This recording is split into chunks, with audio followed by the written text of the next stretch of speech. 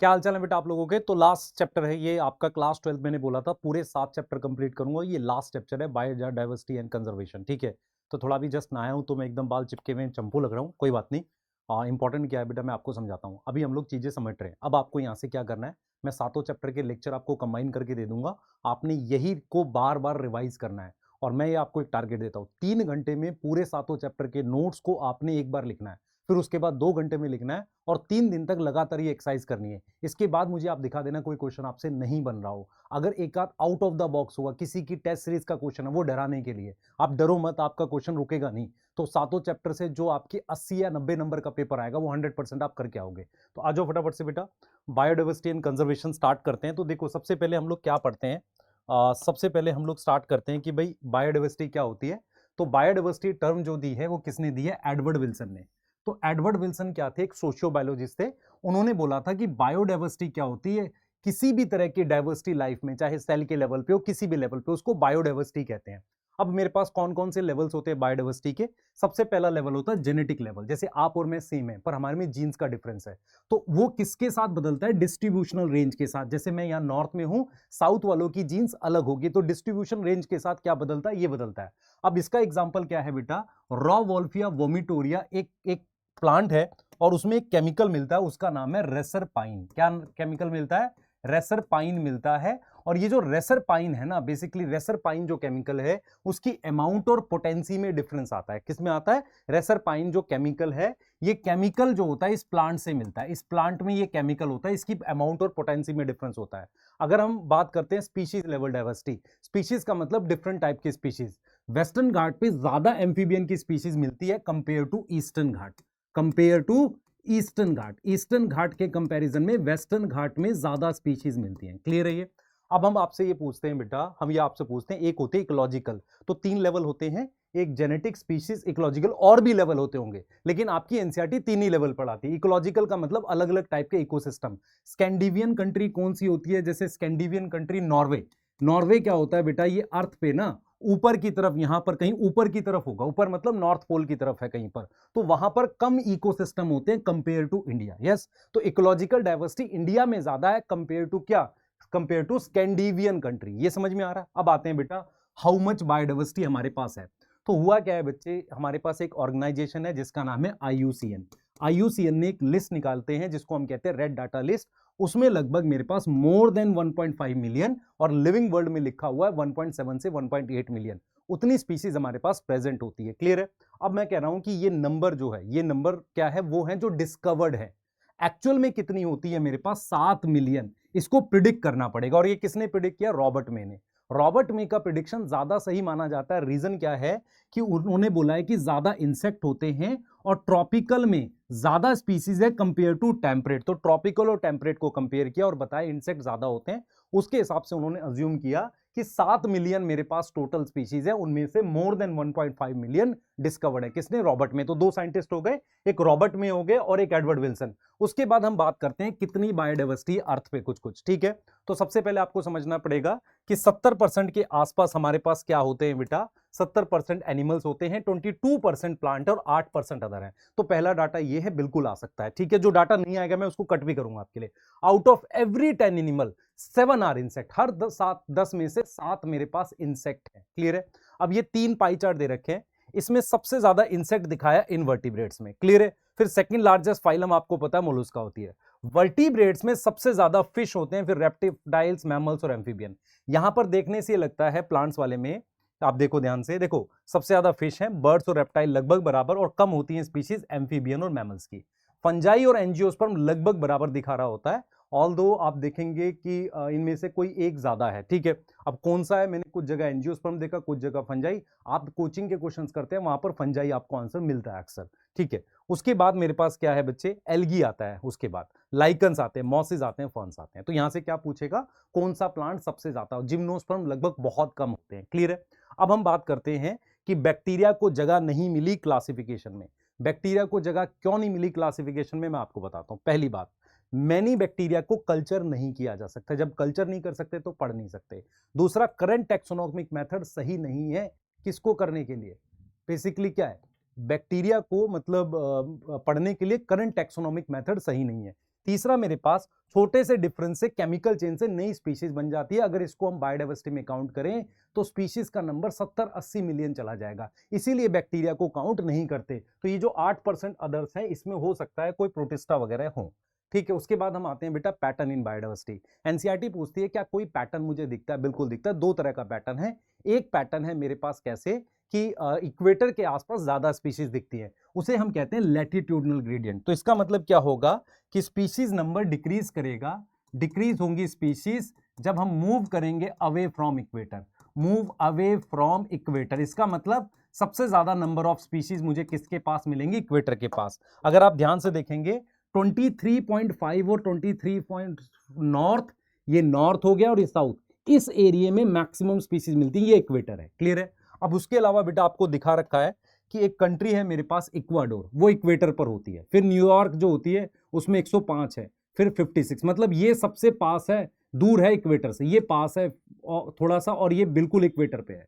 इसका मतलब क्या ये डाटा पूछेगा? मेरा ये मानना है कि ये डाटा नहीं पूछेगा, सिर्फ कंट्रीज के नाम पूछ सकता है कि कौन इक्वेटर के ज्यादा पास है, इससे ज्यादा कुछ नहीं। अमेजॉन फॉरेस्ट रिच होता है, उसमें इतने प्लांट्स हैं, इतनी फिश हैं, 1300 बर्ड्स हैं, ये डाटा भी नहीं पूछेगा। जिसको क्रॉस कर रहा हूं वो डाटा नहीं पूछेगा, पर आपको ये पता होना चाहिए अमेजॉन फॉरेस्ट रिच होता है बायोडाइवर्सिटी के, ठीक है। अब इसके अलावा आपको क्या याद रखना है बच्चे? सबसे इंपॉर्टेंट डाटा इसमें सिर्फ ये है कि मैक्सिमम डाइवर्सिटी यहां पर मिलती है, और अमेजॉन फॉरेस्ट का और इनका, इक्वाडोर का, और एक और कंट्री है कोलंबिया, ये तीनों इक्वेटर के पास हैं। ये तीनों कहां है? इक्वेटर के पास होती है। इनके नाम याद करने होते हैं, बस नाम याद कर लो। अब पूछा जाता है कि why so much biodiversity in equator, ऐसा क्या है? सबसे पहले सबसे ज्यादा सोलर इनपुट होता है इक्वेटर पे। सोलर इनपुट से क्या होगा बच्चे? जितना ज्यादा सोलर इनपुट होगा उतना ज्यादा वहां पर प्रोडक्टिविटी होगी, जो इनडायरेक्टली ज्यादा बायोडाइवर्सिटी में कंट्रीब्यूट करेगा। इनडायरेक्टली, इनडायरेक्टली ज्यादा बायोडाइवर्सिटी देगा, है ना। यहां इनडायरेक्टली नहीं है, यहां डायरेक्टली है। ज्यादा प्रोडक्टिविटी होगी, इनडायरेक्टली ज्यादा बायोडाइवर्सिटी देगा। दूसरा क्या होता है बेटा कि हमारे पास जो इक्वेटर है ना, देखो, नॉट मच डिस्टर्ब। बेसिकली क्या होता है, हमारे पास इक्वेटर पे ज्यादा डिस्टर्बेंस नहीं है, वहां पर ग्लेशियर्स नहीं आए। इस वजह से क्या होता है, टाइम मिला है स्पीशीज डेवलप करने का। मुझे क्या मिला है? टाइम मिला है नई स्पीशीज डेवलप करने का। तीसरा क्या होता है बेटा, इक्वेटर पर सीजन नहीं होते, लेस सीजनल होता है, उससे नई स्पीशीज बनती है। नई स्पीशीज बनने के लिए उनके निश अलग होने चाहिए। तो तीन रीजन है, ज्यादा सोलर इनपुट, ज्यादा प्रोडक्टिविटी, दूसरा है उसको मतलब वहां पे क्या है, डिस्टर्बेंस नहीं हुई बाहर से कहीं, और सीजनल कम होता है, इसलिए निश स्पेशलाइजेशन से नई स्पीशीज बन जाती हैं। अब दूसरा पैटर्न मेरे पास क्या है, स्पीशीज एरिया रिलेशनशिप। जैसे जैसे मैं एरिया बढ़ाता हूं ना, नंबर ऑफ स्पीशीज बढ़ती हैं। ये किसने बोला था? अलेक्जेंडर वोन हम्बोल्ट। तो ये एक और साइंटिस्ट आ गए, आप देखो तीसरे साइंटिस्ट आ गए। आपने रॉबर्ट मे पढ़ा, उसके बाद एडवर्ड विल्सन, और उसके बाद ये है अलेक्जेंडर वोन हम्बोल्ट। तो इन्होंने क्या किया था, साउथ अमेरिकन जंगल में अपना काम मतलब एक्सपेरिमेंट किए थे। इन्होंने क्या बोला बेटा, इन्होंने क्या बोला, ध्यान सुनेंगे। रॉबर्ट मे ने क्या बोला, आप ध्यान दो। रॉबर्ट मे ने ये बोला, ध्यान देंगे। रॉबर्ट मे ने ये बोला, रॉबर्ट मे जो, सॉरी कह रहा हूं मैं, ये अलेक्जेंडर, ये साउथ अमेरिकन फॉरेस्ट में इन्होंने मतलब काफी ज्यादा काम किया, साउथ अमेरिकन फॉरेस्ट। तो इन्होंने क्या बोला, देखो, इन्होंने बोला कि जैसे जैसे, अलेक्जेंडर वोन हम्बोल्ट ने बोला, जैसे जैसे मैं एरिया बढ़ाता हूं वैसे वैसे स्पीशीज के नंबर बढ़ते हैं। तो स्पीशीज की रिचनेस एरिया के डायरेक्टली प्रोपोर्शनल है। ये जो स्पीशीज रिचनेस है इसको हम एस से लिख रहे हैं, और ये इसके ऊपर एक वैल्यू लिखते हैं हम लोग जेड। तो जब मैं कांस्टेंट लगाता हूं तो सी ए जेड आ जाता है। क्लियर है? अब यहां पर क्या होगा बेटा, इसका मैं लॉग लूंगा तो लॉग एस, यहां से लॉग सी प्लस जेड लोगे। जेड को क्या बोलते हैं? Regression coefficient. अगर मैं एरिया और स्पीशीज रिचनेस का ग्राफ बनाऊं तो इस तरह का ग्राफ आएगा, इस लाइन का। इस लाइन के ग्राफ को हम कहते हैं रेक्टेंगुलर हाइपरबोला, और स्ट्रेट लाइन आएगा मेरे पास किसका? ये लॉग का। Log S is equal to log C plus Z log A. अब आप देख सकते हो ये क्या है, स्लोप है। किसका स्लोप है? इस लाइन का स्लोप है, यस। और z को हम बोलते हैं रिग्रेशन कोफिशिएंट। तो क्या याद रखना है, एरिया बढ़ाने पे स्पीशीज रिचनेस बढ़ती है। एक इक्वेशन है s is equal to C A Z. Z क्या होता है? रिग्रेशन कोफिशिएंट, जिसकी वैल्यू बेसिकली किसके बीच में आती है बेटा? 0.1 से 0.2 के बीच में। ये नहीं डिपेंड करती टैक्सोनॉमिक ग्रुप पे और एरिया पे, लेकिन बड़े कॉन्टिनेंट के लिए और कुछ जो मेरे पास लार्ज एनिमल्स हैं उनके लिए ये वैल्यू 0.6 से 1.2 के बीच में होती है। नॉर्मल वैल्यू ये है। अब यहां पर क्या दे रखा है? फ्रूट ईटिंग बर्ड्स और मैमल्स के लिए 1.12 दे रखी है। तो यहां पर आपने ध्यान रखना है, large continent and mammals and birds, mammals and birds के लिए ये जो वैल्यू है ये आती है, क्लियर है। और आप देख पा रहे हो कि फ्रूट ईटिंग बर्ड्स के लिए ये है। तो Z क्या होता है, रिग्रेशन कोफिशिएंट, एक तरीके से स्पीसीज रिचनेस को बताने का एक पैरामीटर है। क्लियर हो गई बात। अब हम यहां से आगे चलते हैं और हम ये बोलते हैं कि यार बायोडाइवर्सिटी की क्या इंपॉर्टेंस है, क्या फर्क पड़ेगा अगर बायोडाइवर्सिटी लॉस हो जाए। तो देखो एनसीईआरटी क्या कहती है, एनसीईआरटी कहती है कि बायोडाइवर्सिटी से मुझे स्टेबिलिटी मिलती है। अगर बायोडाइवर्सिटी रहती है तो ज्यादा से ज्यादा प्रोडक्टिविटी मिलती है, ज्यादा फर्क नहीं पड़ता बाहर से किसी स्पीशीज के आने का, और इंटरनल डिस्टरबेंस का भी फर्क नहीं पड़ता। इंटरनल डिस्टरबेंस का फर्क नहीं पड़ता, बाहर से आई हुई नई स्पीशीज जो है मेरे पास, बाहर से जो नई स्पीशीज आती हैं उनका इंपैक्ट नहीं पड़ता, जिसे हम कहते हैं ना फॉरेन स्पीशीज इन्वेजन, उसका फर्क नहीं पड़ता, और ज्यादा प्रोडक्टिविटी रहती है। अब इस बात को प्रूव किसने किया, डेविड टिलमैन ने। तो डेविड टिलमैन का एक एक्सपेरिमेंट है लॉन्ग टर्म इकोसिस्टम एक्सपेरिमेंट। देखो एक और साइंटिस्ट आगे, डेविड टिलमैन, एवी हम्बोल्ट के बाद। तो उन्होंने बोला था कि जैसे ये प्लॉट है, इसमें ज्यादा स्पीशीज है, इसमें कम स्पीशीज है। प्लॉट विद मोर बायोडाइवर्सिटी वो लीस्ट वेरिएशन शो करता है एनुअल प्रोडक्टिविटी, मतलब जिस प्लॉट में ज्यादा स्पीशीज है वो कम वेरिएशन शो करता है प्रोडक्टिविटी, मतलब उसकी प्रोडक्टिविटी हाई होती है। प्लॉट विद मोर प्रोडक्टिविटी, जिसका क्या ज्यादा है बेटा, स्पीशीज ज्यादा है। उसके बाद मेरे पास क्या है बच्चे, उसके बाद एक हाइपोथेसिस दी थी जिसको हम कहते हैं रिवेट पॉपर हाइपोथेसिस। ये क्यों दी थी, एक सवाल पूछा गया था कि क्या बायोडाइवर्सिटी लॉस से फर्क पड़ेगा।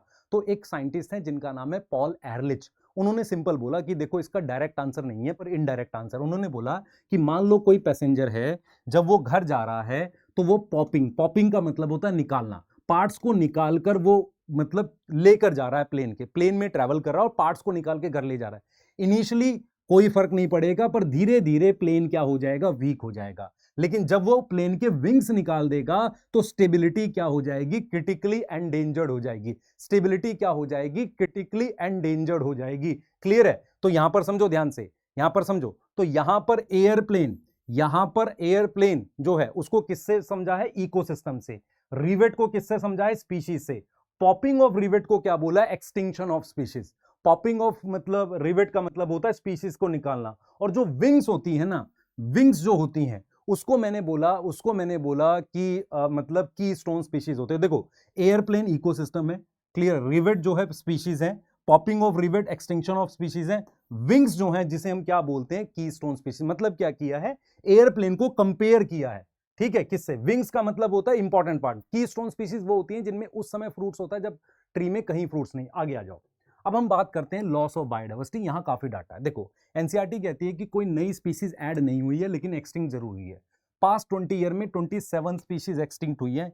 ये डाटा बेटा मतलब मैं कहता हूं कि इंपॉर्टेंट है, चल जाएगा, बहुत इंपॉर्टेंट नहीं है।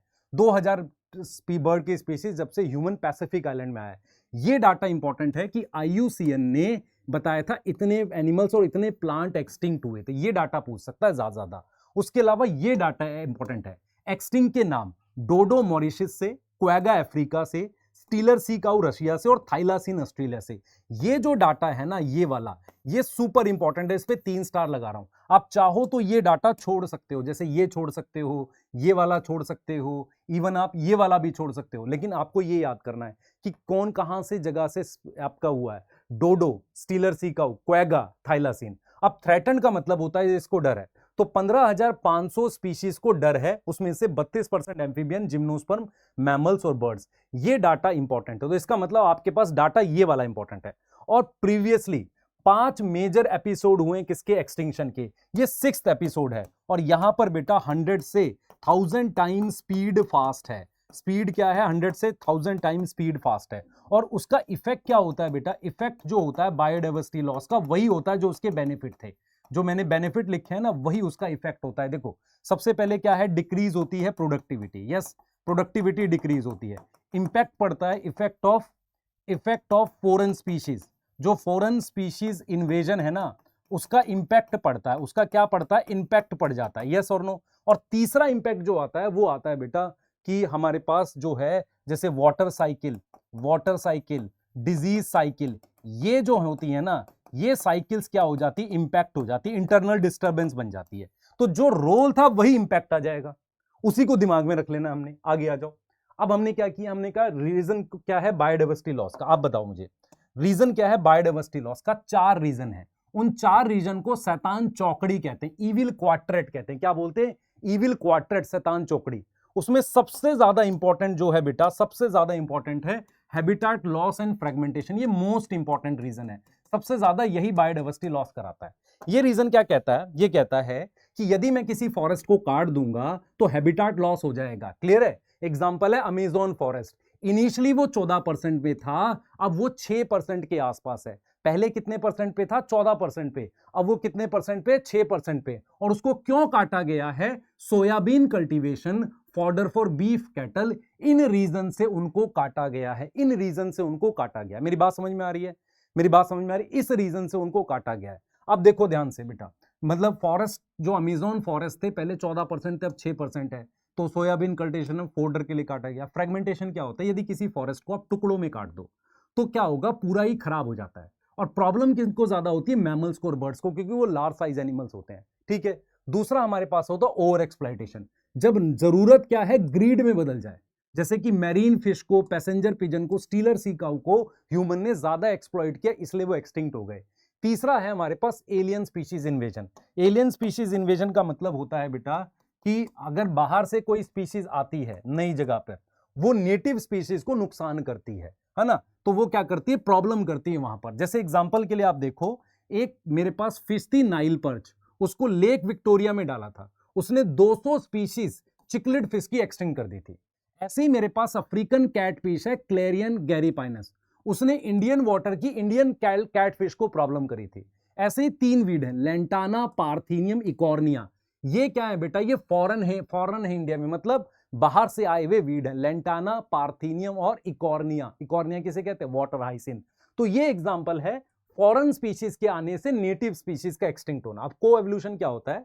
दो डिपेंडेंट स्पीशीज हैं, कोई एक्सटिंक्ट होगा तो दूसरा भी हो जाएगा। मान लो यूका प्लांट एक्सटिंक्ट होता है तो दूसरा भी एक्सटिंक्ट हो जाएगा।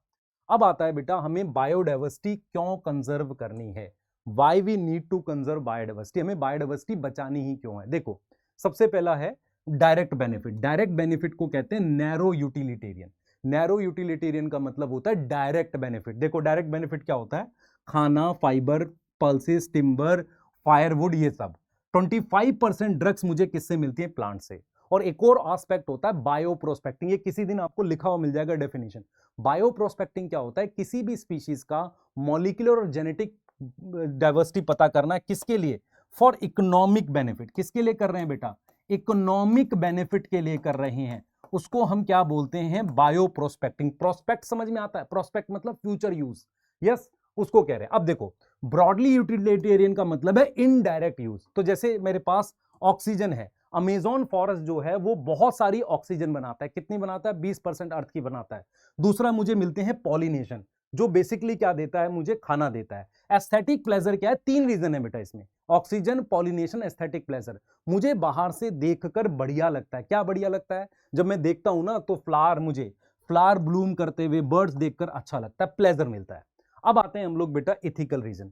इथिकल रीजन क्या होता है? We share with other species if they don't have any economic benefit, still they have intrinsic value.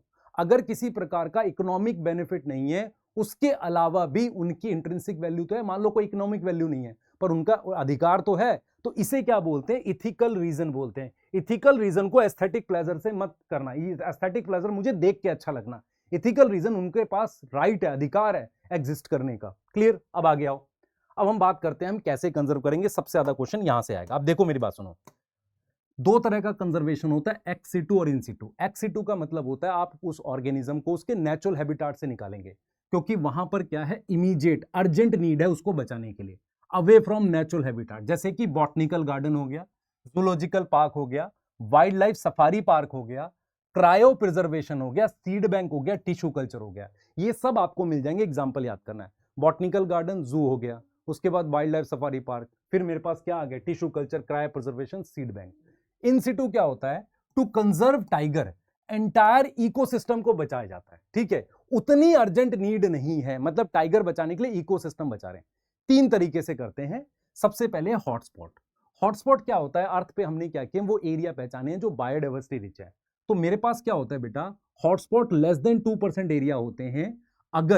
अगर मैं उसमें डिक्रीज करूं बायोडाइवर्सिटी लॉस को, तो 30% स्पीशीज को बचा सकता हूं। आप समझ रहे हो? हॉटस्पॉट बहुत ज्यादा एरिया नहीं होता, हुआ क्या था बेटा, हॉटस्पॉट होते हैं biodiversity rich region, high degree of endemism मिलती है, मतलब वहां पर किसी पर्टिकुलर, जैसे कंगारू सिर्फ ऑस्ट्रेलिया में मिलेगा, दैट इज एंडेमिज्म, एक स्पीसीज का किसी जगह मिलना। शुरुआत में कितने थे 25, अब कितने हैं 34। इंडिया में 3 है, हिमालय रीजन, इंडो बर्मा और वेस्टर्न घाट श्रीलंका, ये होते हैं हॉटस्पॉट। प्रोटेक्टेड एरिया क्या होते हैं बेटा, जो मतलब वहां पर ह्यूमन इंटरवेंशन रोकी जाती है कानून बना के, उसमें आते हैं वाइल्ड लाइफ सेंचुरी कितनी है 448, नेशनल पार्क है और बायोस्फीयर रिजर्व है।